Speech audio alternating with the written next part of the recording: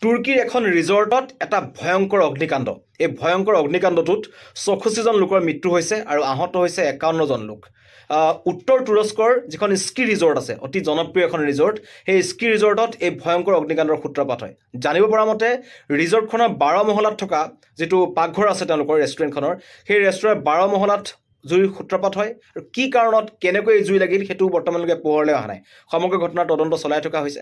কিন্তু এই ভয়ংকৰ অগ্নিকাণ্ডটোত ইতিমধ্যেই 64জন লোকৰ মৃত্যু হৈছে, আহত হৈছে 51জন। অতি সংকটজনক অৱস্থাত বহুকেইজনক হাস্পতালত ভৰ্তি কৰা হৈছে, যাৰ পৰিপ্ৰেক্ষিতত মৃতকৰ সংখ্যা আৰু হতাহতৰ সংখ্যা বৃদ্ধি পোৱাৰ আশংকা আছে।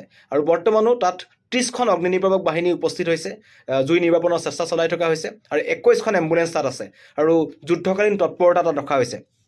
কি কাৰণত হ'ল সেইটো এতিয়ালৈকে পোহৰলৈ অহা নাই। আৰু সেইটো সময়ত ৰিজৰ্টখনত 234গৰাকী পৰ্যটক আছিল।